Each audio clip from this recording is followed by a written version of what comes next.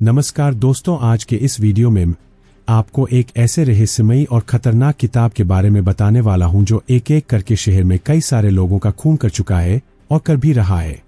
एक ऐसा रहस्यमयी किताब जो किसी भी व्यक्ति के घर प्रकट हो जाती है और उसे किताब को खोलने के लिए प्रेरित करती है और किताब खोलने के बाद ही अगले दिन उसकी लाश मिलती है। कहां से आई है किताब और क्या इसका प्रकोप पूरे शहर से खत्म हो पाएगा?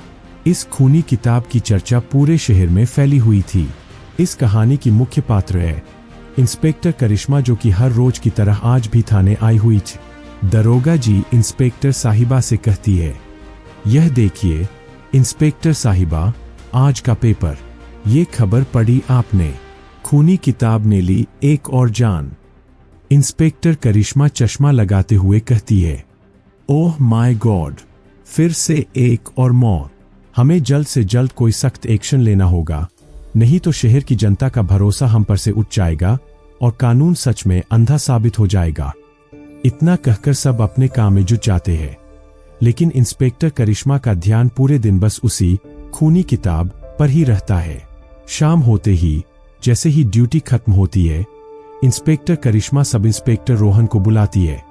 इंस्पेक्टर करिश्मा, कल मैं ड्यूटी पर थोड़ा लेट आऊंगी, तब तक तुम सब संभाल लेना। रोहन हाँ में सिर हिलाता है। करिश्मा इतना कहकर घर के लिए निकल पड़ती है। घर पहुंचकर वो मन ही मन सोच रही होती है, क्या किया जाए, कैसे इस खूनी किताब को रोका जाए ताकि शहर में किसी और मासूम की जान न जा सके। सोचते सोचते करिश्मा सो जाती है। सुबह उठते ही वो लाइब्रेरी सनशाइन की ओर निकल पड़ती है, जो कि शहर का सबसे बड़ा लाइब्रेरी था। वो सोचती है, शायद यहां से कुछ पता चले।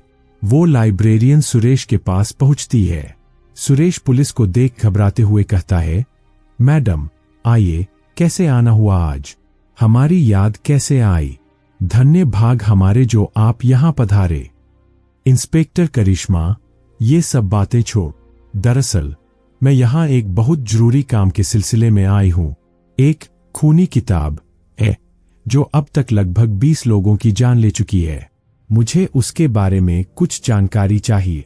शायद तुम और ये लाइब्रेरी कुछ मदद कर सको। खूनी किताब? करिश्मा की बात सुनकर सुरेश के पसीने छूट जाते हैं।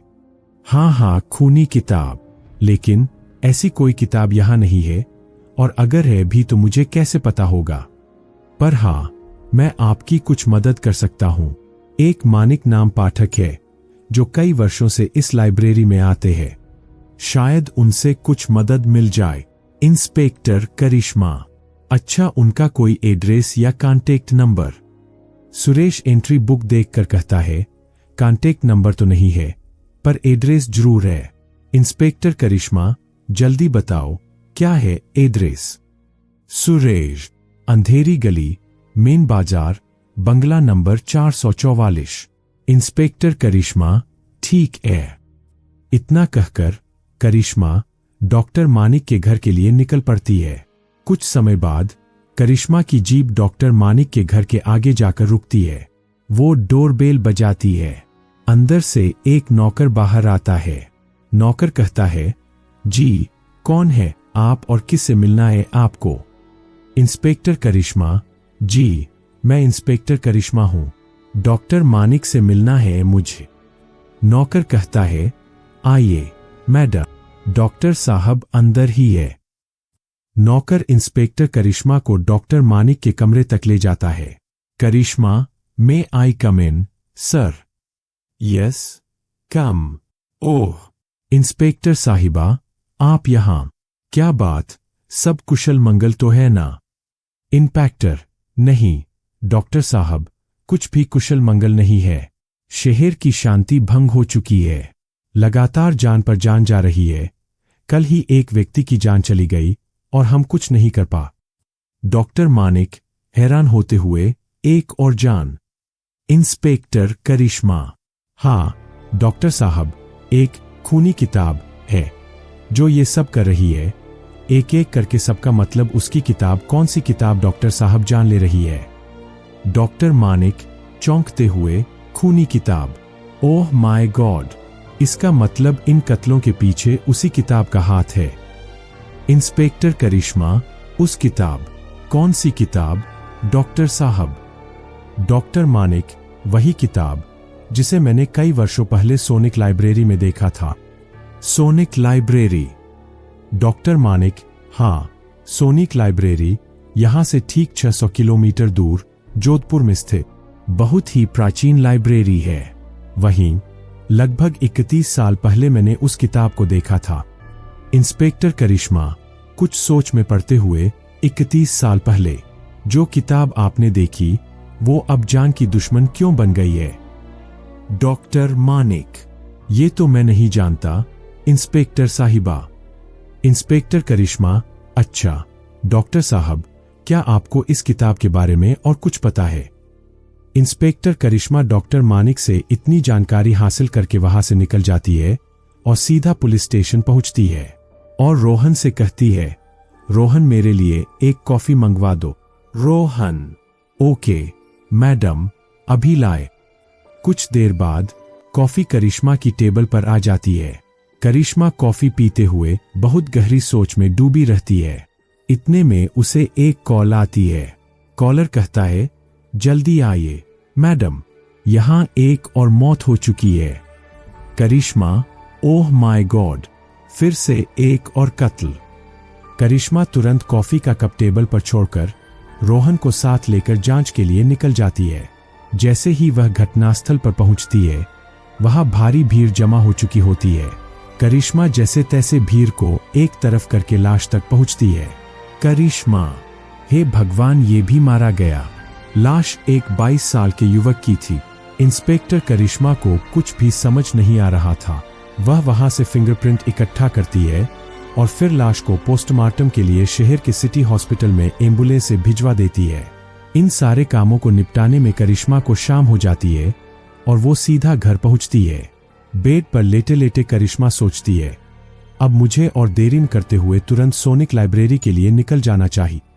रात के 10 बजे करिश्मा रोहन को कॉल करती है। करिश्मा, सुनो रोहन, मैं कल सुबह 3 दिन के लिए जोधपुर जा रही हूं। तुम्हें इन 3 दिनों में यहां सब संभालना होगा। रोहन, ओके मैडम, आप निश्चिंत रहें, मैं देख लूंगा सब। इंस्पेक्टर करिश्मा सुबह 5 बजे ही जीप लेकर जोधपुर के लिए रवाना हो जाती है। वह दोपहर 12 बजे तक जोधपुर शहर पहुंचती है। बहुत थकी हुई होने की वजह से वह एक होटल में रुक जाती है। सबसे पहले रूम में मुंह हाथ धोकर फ्रेश हो जाती है और फिर पास रखे फोन से कॉफी और कुछ खाने का ऑर्डर करती है, क्योंकि अब तक उसे बहुत भूख लग चुकी थी। वेटर कॉफी लेकर आता है और टेबल पर रखकर एक साइड में खड़ा होकर इंस्पेक्टर करिश्मा की तरफ देखने लगता है। करिश्मा, अबे यहां खड़ा मेरा मुंह क्या देख रहा है?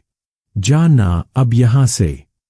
वेटर, जी मैडम, वो मेरी टिप। करिश्मा, क्या साले, तू एक पुलिस वाली से टिप लेगा? वेटर डांट खाकर डर से वहां से खिसक जाता है।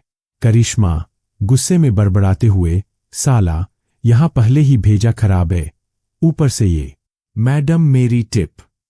कॉफी पीने के बाद करिश्मा उस नंबर पर कॉल करती है, यह पूछने के लिए कि सोनिक लाइब्रेरी कब खुलती है। पता चलता है कि लाइब्रेरी आज शाम को बंद है। अगली सुबह करिश्मा सोनिक लाइब्रेरी के लिए निकल पड़ती है। लाइब्रेरी देखकर करिश्मा अचंभित हो जाती है। यह लाइब्रेरी बहुत पुरानी और जर्जर हो चुकी थी। साफ सफाई की कोई खास व्यवस्था नहीं थी और देखने से ऐसा लग रहा था कि यहां शायद ही कोई आता होगा। करिश्मा अंदर जाकर डायरी में एंट्री करवाती है और लाइब्रेरियन को पूरा मामला समझाती है। फिर वह वहां पड़ी एक लकड़ी की मेज पर बैठ जाती है, जबकि लाइब्रेरियन खूनी किताब को ढूंढने में व्यस्त हो जाता है। लाइब्रेरियन पूरी लाइब्रेरी छान मारता है, लेकिन किताब कहीं नहीं मिलती। Librarian, I am sorry madam, खूनी किताब लाइब्रेरी में नहीं है। करिश्मा हैरानी और गुस्से में, व्हाट? खूनी किताब लाइब्रेरी में नहीं है, इसका क्या मतलब? करिश्मा गुस्से में, तुमको अंदाजा भी है, तुम क्या कह रहे हो? यहां लोगों की जान पर जान जा रही है और तुम कह रहे हो कि किताब लाइब्रेरी में है ही नहीं। तुम्हें पता है कितनी कीमती है वो किताब हमारे लिए? ये एक आखिरी रास्ता था जिससे हम और खून होने से रोक सकते थे, और अब वो भी बंद हो गए। पता नहीं अब क्या होगा, कितनी और जाने जाएंगी, और न जाने हमें जनता से कितनी गालियां सुननी पड़ेंगी। कानून पर से भरोसा उठ जाएगा। इंस्पेक्टर करिश्मा बहुत गहरी सोच में डूबी हुई थी। उसका सिर दर्द करने लगा था कि आखिर ये खूनी किताब गई तो गई कहाँ। अब कैसे पता चलेगा कि ये हत्याएं किस वजह से हो रही है और क्यों? करिश्मा खुद से बुदबुदाते हुए, मुझे कुछ तो करना होगा वरना पूरे पुलिस डिपार्टमेंट की इज्जत मिट्टी में मिल जाएगी। जनता हमें जूतों से मारेगी, पर करूँ तो क्या करूँ? कैसे ढूंढूं इस खूनी किताब को? और पता नहीं ये और कितनी लोगों की जान लेगी।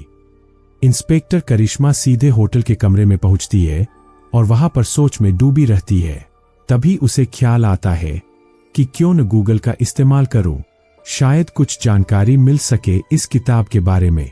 करिश्मा ने गूगल पर सर्च किया, लेकिन उसे बस इतना ही पता चला कि यह एक खतरनाक किताब है जिसने बहुत से लोगों की जान ली है। इसके बारे में इतना ही बताया गया था कि इसकी संपूर्ण जानकारी कमेत पर्वतों में उपलब्ध हो सकती है। करिश्मा आश्चर्यचकित होकर, कमेत पर्वत, वहां से जानकारी मिल सकती है। वह बिना समय गवाए उस जगह के लिए निकल पड़ती है। लगभग 6 से 7 घंटे की यात्रा के बाद वह वहां पहुंचती है। जंगलों और ऊंची ऊंची पहाड़ियों के रास्तों से गुजरते हुए वह उस जगह पर पहुंचती है जहां चारों तरफ बस पहाड़ ही पहाड़ थे। करिश्मा को समझ नहीं आ रहा था कि वह किस ओर जाए। वहां कुछ साधु ही बैठे थे, क्योंकि आम जनता का वहां आना मना था। करिश्मा एक तरफ गाड़ी रोकती है और एक साधु के पास जाकर प्रणाम करती है। करिश्मा, प्रणाम बाबा। साधु, खुश रहो बेटी। कौन हो तुम और इन पहाड़ों में अकेली क्या कर रही हो? करिश्मा, बाबा, मैं पुलिस इंस्पेक्टर हूं। साधु, हैरानी से, तो बेटी, यहां क्या अपराध हुआ है जो तुम्हें यहां आना पड़ा? करिश्मा गहरी सांस लेकर, नहीं बाबा, अपराध यहां नहीं, यहां से कोसों दूर हुआ है, और वो भी ऐसा अपराध जिसे रोकने में पुलिस भी असमर्थ साबित हो रही है। साधु, पर हुआ क्या है बेटी? करिश्मा चिंता और बेचैनी में, बाबा, कोई खूनी किताब है जो लोगों की जान ले रही है। साधु हैरान होकर, क्या खूनी किताब? ऐसा कैसे हो सकता है?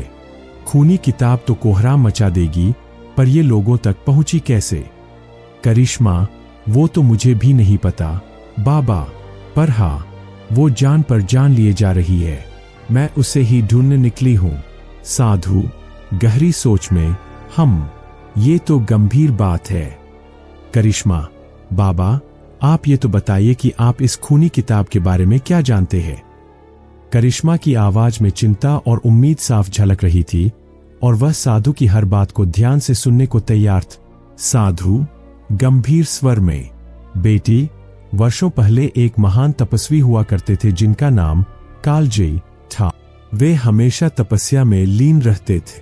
उनकी तपस्या से प्रसन्न होकर भगवान शिव ने स्वयं उन्हें एक किताब दी थी जिसमें अद्वितीय शक्तियों का उल्लेख था। इस किताब के जरिए कालजयी जो चाहे वह कर सकते थे, पर धीरे धीरे कालजयी को अपनी उस तपस्या से हासिल की गई मायावी किताब पर अहंकार आने लगा और देवताओं को ही परेशान करने लगा।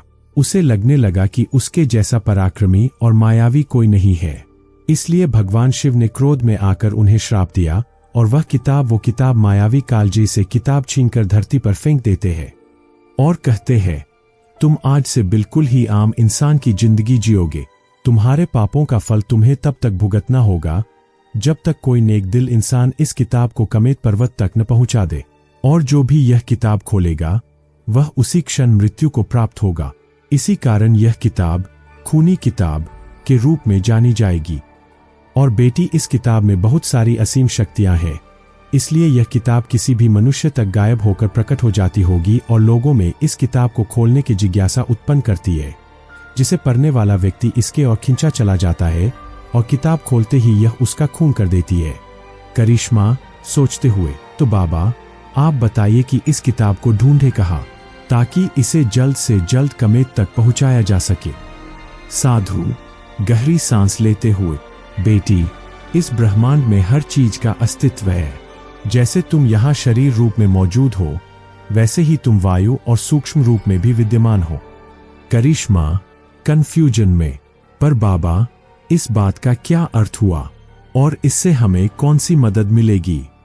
साधु शांत स्वर में, मैं यही कहना चाहता हूं कि भले ही तुम्हें न पता हो, पर वो खूनी किताब आज भी पृथ्वी के किसी हिस्से में है। उसे ढूंढने का एक ही रास्ता है, जो बेहद कठिन है और जानलेवा हो सकता है, पर यदि तुम चाहो तो इन रोज की हो रही मौतों को रोक सकती। यह संभव है। करिश्मा उत्सुक होकर, संभव है? कैसे? जल्दी बताइए बाबा।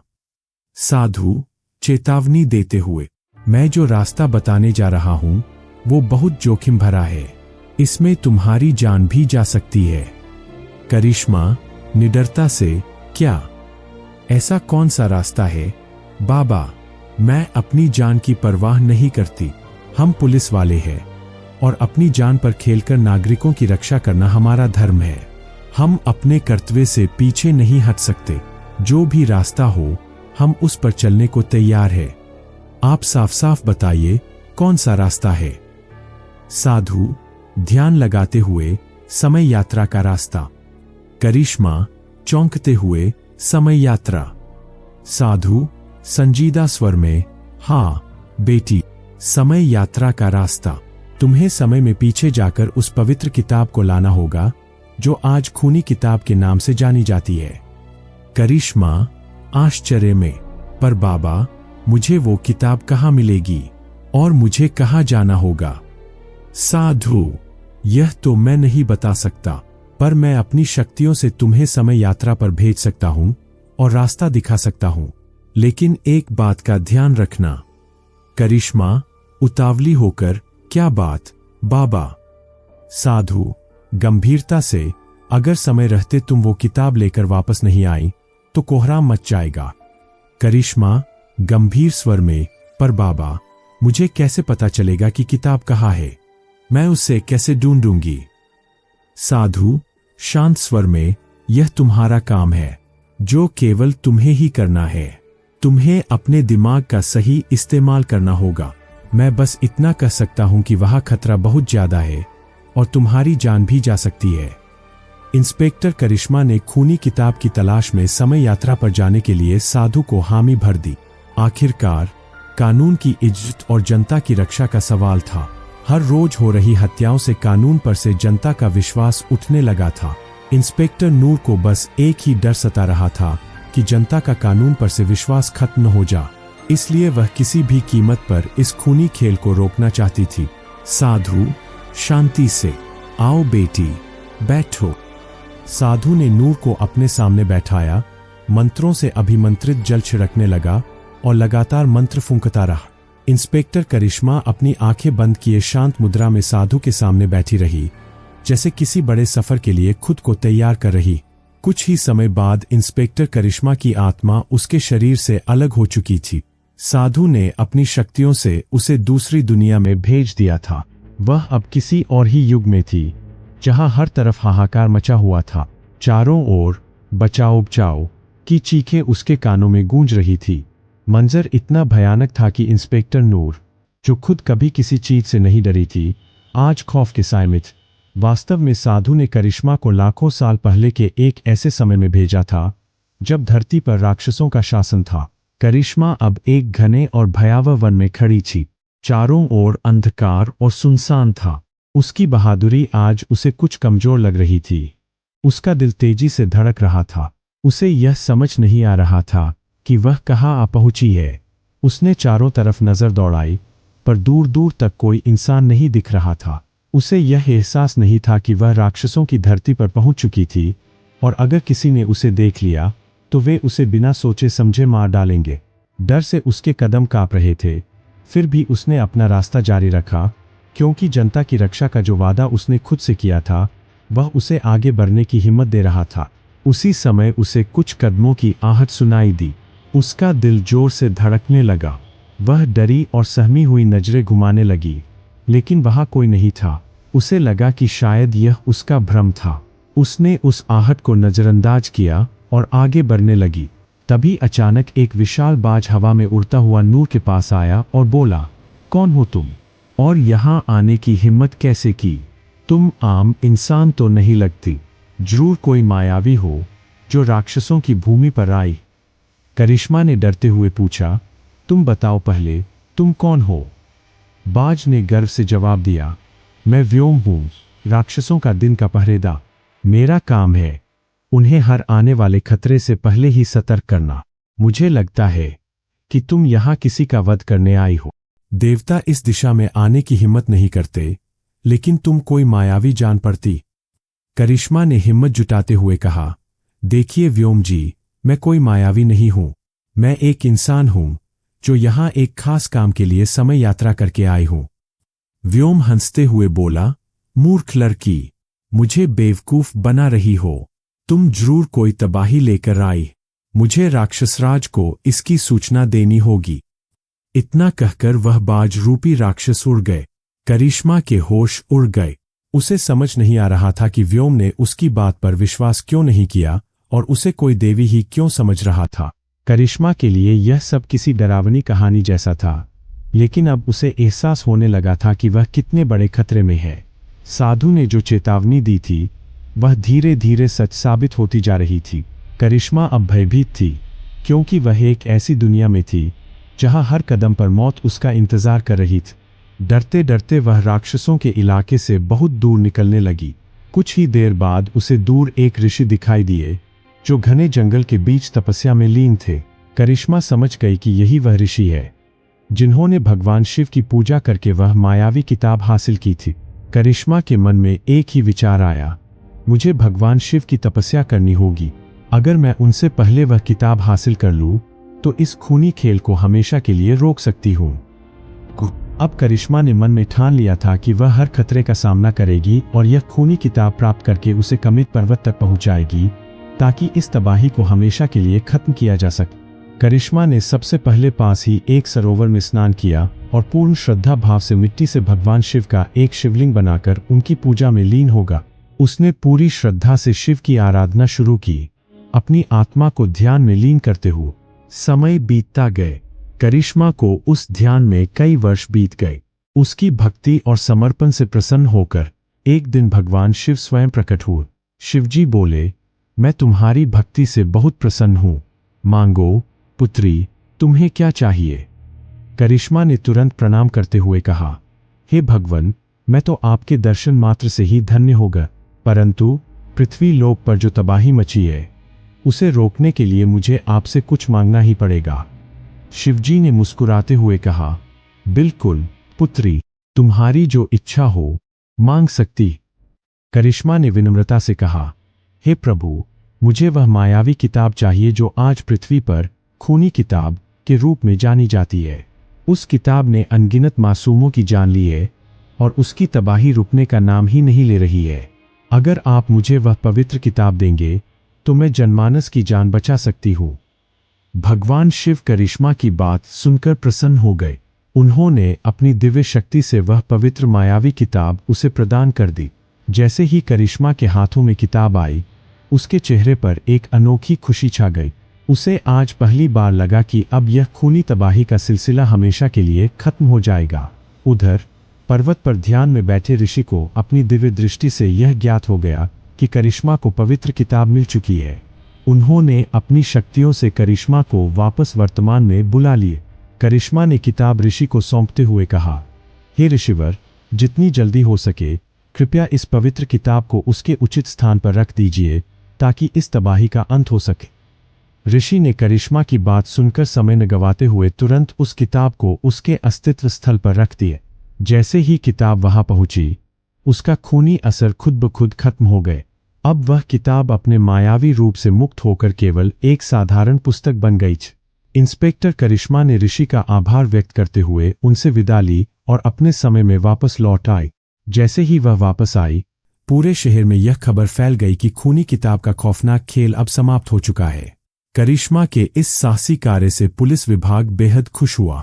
उन्होंने करिश्मा की बहादुरी और कर्तव्यनिष्ठा को सम्मानित करते हुए उन्हें सीधे DSP, deputy superintendent of police, का पद सौंपा। जनता ने भी करिश्मा के प्रति आभार जताया और उनका सम्मान किया, क्योंकि उनके साहस और दृढ़ता के कारण ही इस खूनी तबाही का अंत हो पाया था। तो दोस्तों, यह थी हमारी खूनी किताब की कहानी। आशा है कि आपको यह कहानी पसंद आई होगी और आपने इससे कुछ महत्वपूर्ण बातें सीखी होंगी। अगर आपको हमारी यह कहानी पसंद आई हो तो कृपया इस वीडियो को लाइक करें और अपने दोस्तों के साथ शेयर करें। आपके विचार हमें बहुत महत्वपूर्ण हैं, इसलिए कमेंट सेक्शन में बताएं कि आपको यह कहानी कैसी लगी और अगली किस कहानी पर हम चर्चा करें।